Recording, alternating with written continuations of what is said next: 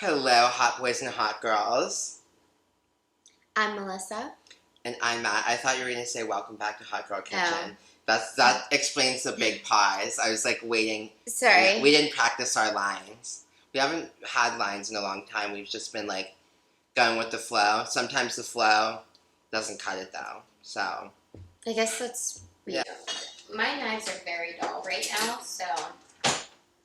I didn't realize it was BYOK. Bring your own knife today. Oh my god, she's sharpening the knives. Thanks. Oh. Yogurt!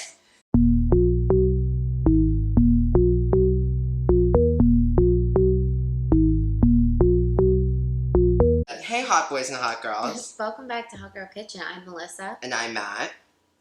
And today we're going to be making a delicious family Italian recipe that's been passed down for generations. And I've been wanting to make it for the channel for a while, but it wasn't quite passed down to me completely. Like I wasn't as well versed as I'd like to just, do this off the cuff in front of all of our millions of fans. But we are going to be making stuffed eggplant. So if you're at a restaurant and you get like eggplant parmesan or eggplant parmesan, I can't really think of anything else that this is called. But like the fried eggplant with meat. So there isn't always meat. You can do this without meat. But we're hungry hippos. So we're going to put some meat in it and make it just something very fabulous. I don't really know what else to say about it. I think that's good enough. Yeah. All you're going to need for your stuffed eggplant is the eggplant itself, obviously. The big boy eggplant. And when you are buying your eggplant, you don't want it to be very mushy because that's like gross. And that means that it's going to not cook well when we're cooking it. You are also going to need meatloaf mix, which is pork, veal, and beef. If you can't find meatloaf mix, it's kind of hard to find. Like, not every grocery store has it. You can just get, like, some ground beef and some ground veal and mix it together. But basically, this is what you'd use to also, like, make a meatball. So whatever you use to make meatballs, you can use for this as well. This is what I use for stuffed peppers. If you remember the Chopped episode where I was sabotaged and we made stuffed peppers, this is the same ingredient I used for that. Mm-hmm.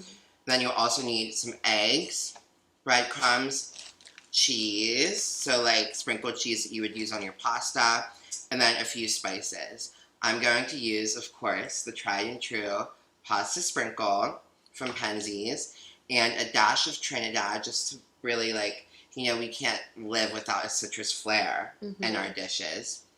And then obviously some crushed red pepper. You see, I buy the big boy because this will get used, okay? And also, one ingredient that we're already preheating for you guys is some red sauce. Correct. So, I forgot to bring it out. Oh, wow. Where is our red sauce jar? I think I threw it away. Oh. Mistake on my end. We threw it away. We'll never know. I normally use, like, home-cooked sauce, but for this, I am just doing a store-bought jar of sauce from Trader Joe's. I got the tomato basil. And, we were discussing, like, store-bought sauce is never going to be as fabulous as if you made your own at home and, added your own spices that you like. And you can really personalize it. But with a store-bought, you can still kind of personalize it a little bit. Like, I added some extra red pepper flakes and some extra pasta sprinkle to kick it up a notch. And it'll still be fabulous. So this is kind of an easy, semi-homemade dish. And also, might I add, I've been accused of being elitist. People have said, Matt, why do you make recipes that are so expensive? Well, this is kind of a poverty-friendly meal. This meat was $6.44, and the eggplant was like $2, and then all the other stuff I already had in my pantry, and it'll make enough. I'm not going to make this much, but it would make enough for like 10 to 12 servings. I'm not making that much because, like, what do we look like? Do we look like we have a day of eating? Yeah, we can't eat. Like, we can eat, but we can't eat that much, okay? Mm-hmm. But, yeah, this is a very nice, cheap, easy meal to make for your family. Or if you like to, like, meal prep, although this isn't, like, a healthy meal prep option, if that's the type of meal prepping you do. But if, like, you know, you are going to work and you're like, what can I bring for lunch? You can make a couple extra to, you know, freeze or keep in the fridge and then pop them out whenever you need them. So that's something that I do, is I will make a couple extras because, you know, like, hard day at work, you're like, oh, I'm starving. I know you don't know, but I have 3 sales jobs now, girl. I'm busy. She's very new to the workforce, but she's busy now. But, you know, you're like, I don't have time to cook, but I want, like, a meal. I don't want to eat a granola bar 6 times a day. So, you know, you can just grab your little stuffed eggplant out of the fridge and reheat it, and we're good to go. And I will say, since we're giving some tips on prepping and whatnot, for those of you who typically use jarred sauce, there is a way for you to kind of have homemade sauce a little more accessible. So when you make some home sauce, make a large amount for whatever you need it for at that time, and any leftover sauce, if you get this big ice cube tray, actually I think I have one in here. You probably do.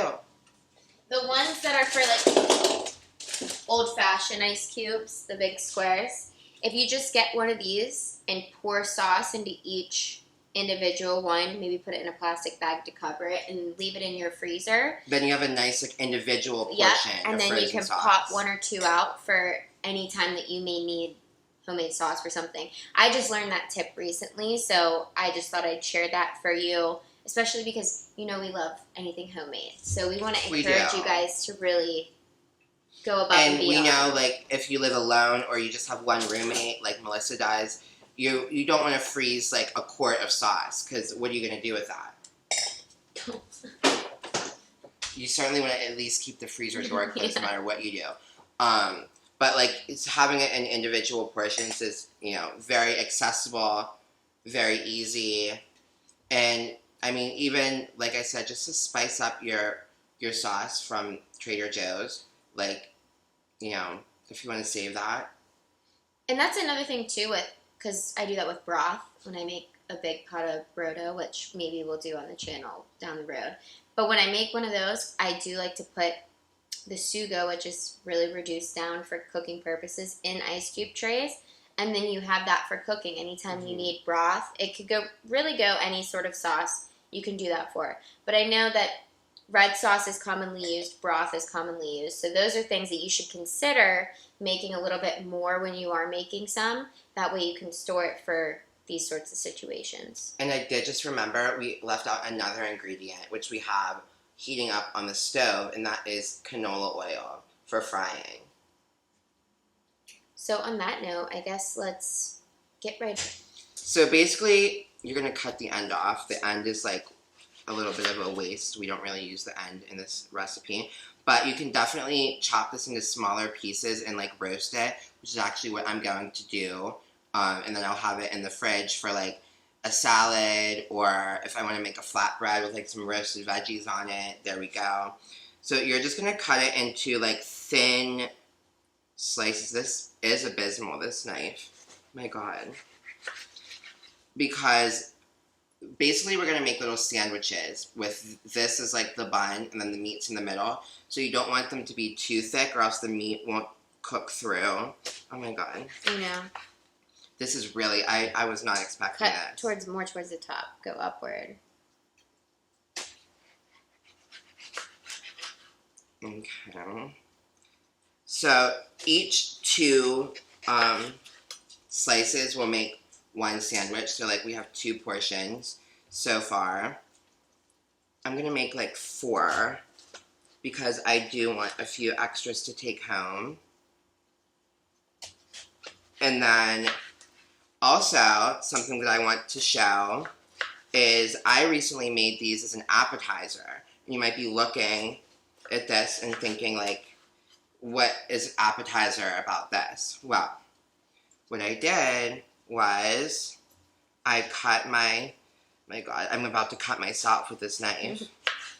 I cut my little sandwich pieces instead of having the whole slice of eggplant.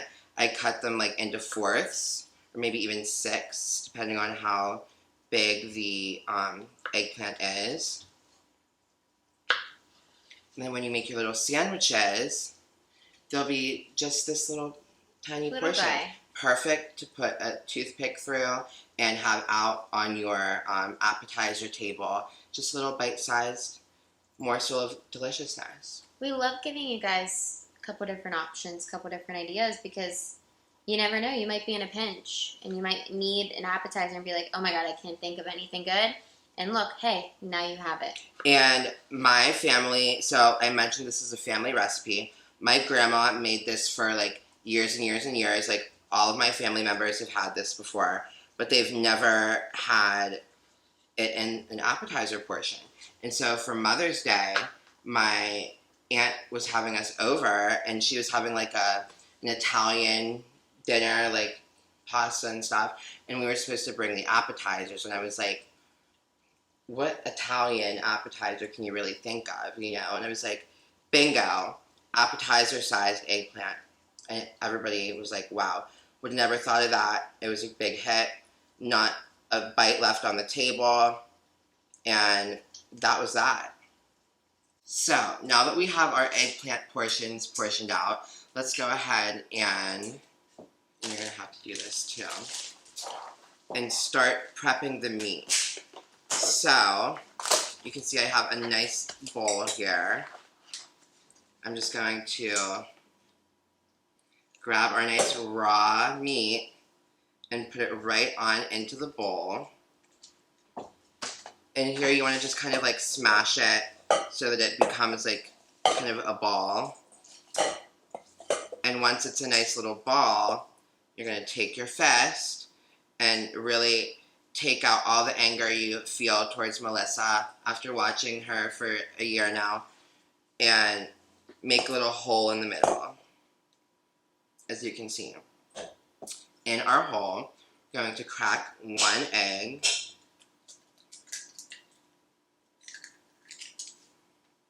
We cracked our egg, and then we're going to add lots and lots of breadcrumbs. Not lots and lots, like maybe a half cup. This is what's going to get your meat to stick together. So we're going to do some breadcrumbs. I really thought I was going to have to depend on Melissa to season, but I only so far got 1 handful of raw meat. So we're going to go ahead and season it up with a nice healthy amount of, red pepper flakes. Really healthy amount. Very healthy. You know, we like being healthy in this house. It's Melissa's favorite compliment, is to be told that she looks healthy.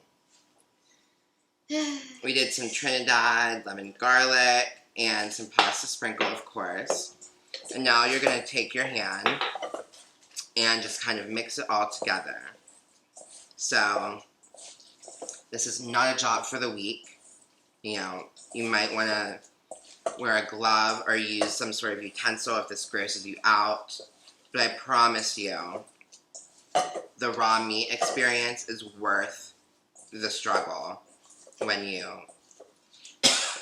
Oh my God. Cooking is really... It's a messy job. It's so strenuous. And someone has to do it. I think I inhaled red pepper flakes when I was, like, dumping them out. And I've been having to cough for a minute now. But I was holding it in, and now it's like really rearing its ugly head. That washed it right down. Okay. Ooh. So you can see here, our meat is nice and stuck together and spiced. And honestly, I don't think I'm going to add anything else to it. Sometimes I'll like add a little more of one spice or another. But as you saw... I think it looks really spiced up. Yeah, the amount of red pepper that I used. Maybe some pasta sprinkle. That's good. The pasta sprinkle is really like my secret ingredient in everything that I make because it has so many good spices in it already. I think it's basil, oregano, maybe thyme. Yep, and garlic. And garlic, yep. And you know we love garlic. We do, and actually you could throw in some garlic in this if you'd like as well. But you know what? I'm just not in the mood. We're not doing a heavy garlic day today. We're not. Just in case, you never know what we're going to do later. You know, you don't want to have garlic breath. So, once your meat is formed, you're going to go ahead and start making your little sandwiches. So you kind of like go like this with your meat, and you want it to be about the size of the eggplant. So like you can sort of take some out. But as you can see, I made a nice little sandwich right there. And maybe with a piece of this, I'll make a nice little appetizer portion. So it's quite simple. Want me to grab the toothpicks? No, not yet. We're not going to fry it with toothpicks. Oh my god. Fire hazard. So you can see we have it. It almost looks like a little slice of pizza. It's so cute. And so all we're going to do is finish making our little sandwiches. And we, like I mentioned, we have our oil heating up on the stove. And we are going to meet you over by the stove to get started. So we have all of our nice little eggplant sandwiches prepared. And now we have in bowl number 1, a couple eggs beaten. And then we have breadcrumbs that we just spiced up with some more pasta sprinkle. We abstained from the red pepper flakes since you saw how much we put in the meat. We definitely didn't need any more than we already have used. And so now what you're going to do is dip your little sandwich in the egg. So this is just like, you know, I'm sure you've deep fried things before because we've made deep fried things before. So you definitely should have made something. And you're going to just coat your eggplant sandwich all the way around and dip it directly into your hot oil. Look at that nice frying it's going to happen over here. Fabulous. And so this is something you kind of want to make quick work of because it doesn't take very long to fry. We're not going to cook it the whole way through in the fryer. We just kind of want to get the outsides nice and crispy before we throw it in the oven. So over here you see we also have our sauce that's starting to get ready to go. And so after we have these in the oil for like about a minute or so, I'm going to go ahead and flip them. So like I said, we don't want to get them overcooked because nobody likes a super crispy eggplant, right? I'm going to take a glance at this one. That one's not quite ready. And that one kind of has a little bit of too light of a coating, but we're really just working with what we have here in this kitchen. And now that I know that we have enough breadcrumbs to make the rest of them, I'll make some heavier breadcrumb portions. I didn't want to run out. So I'd say we had our eggplants frying on like medium-high heat for what, about like a minute or two per side. And if you zoom in to these glorious looking stuffed eggplants, you can see you want them to be like a little brown but not like black burnt, you know. So we have our little appetizer sized portions as well. Then these are the full size big boys. And so I already have our pans, well not pans, I guess, what would you call that? Like a baking dish? Yeah. We already have our baking dishes greased with like spray non-stick because we definitely don't want these sticking. And you're going to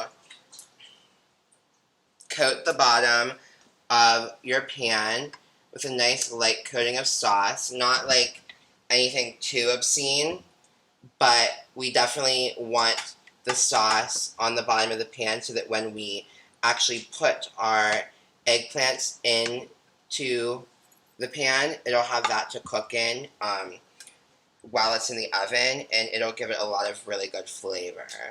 So, like, that's a nice little coating. We'll do that on the little mini side as well. And now I'm just going to add our eggplants into their dishes, like so. That one kind of lost his friend.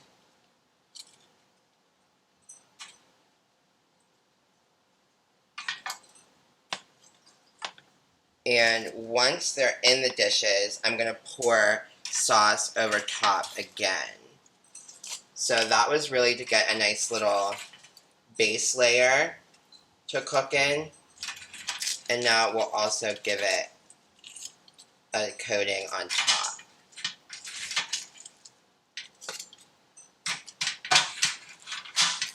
Okay. And you kind of notice that the bleeding meat juice came out, and that's because our meat is not cooked yet, which is why these are going to go in the oven. I have the oven preheated on 375, and I'm going to leave them in the oven. The little ones I'm going to do about 25 minutes, and the bigger ones I'm going to do a whole hour. And I'm just going to scrape the bottom for our sauce. As you can see, I kind of underestimated. I actually didn't plan on making this many portions, but once I started cutting the eggplant up, I just got excited. And I was like, you know what, let's not waste. So, once we have them all coated, I'm going to cover it with aluminum foil so that they don't get like burnt in the oven, and then that'll kind of encapsulate them and give them a nice, saucy, delicious flavor as they cook within the little pocket we're gonna make.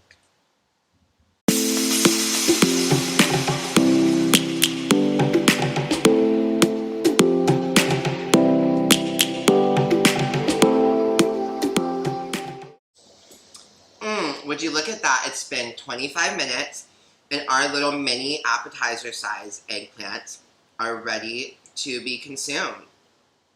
So all we did was we stuck some toothpicks through them so that they're the perfect item to just pick up, and it's a nice little bite-sized portion. Wow. Mmm. Everything that I need. Fabulous. Cheers. I'll tell you what. It's giving what it was supposed to give, that's for sure. Mm-hmm.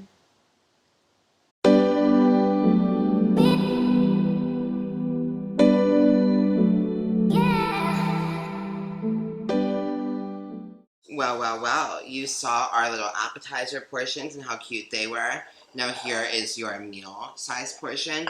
So if I was like going to eat this in the real world, as in like not on a day that I'm, filming and eating 100 different things, I would maybe make a side of pasta for this. As you cut into it, you can see our meat's nice and cooked and still pretty steamy. With this whole leaf of basil. Wow. It's very hot, like temperature hot. I wish Melissa would have warned me the way that she's just shoveling it in. You know, it doesn't phase my mouth. Don't trust my mouth when it comes to those things. It's hard to trust her mouth on a lot of things, it seems. You never know where that thing's been. But, I mean, this is like some of the best eggplant I've ever had. Do you agree? Yeah, this is very good. I can't very good. Can't even remember the last time I had eggplant for anything. We know you can't.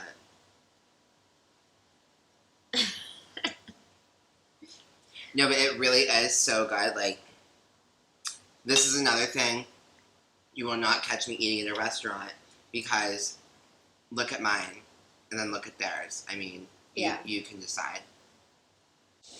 Thanks for tuning in. Don't forget to like and subscribe. And your fave could never do this. Never once. Not a chance. Not even. Not anything. Nope, not even close. Bye now. Real hot girl shit.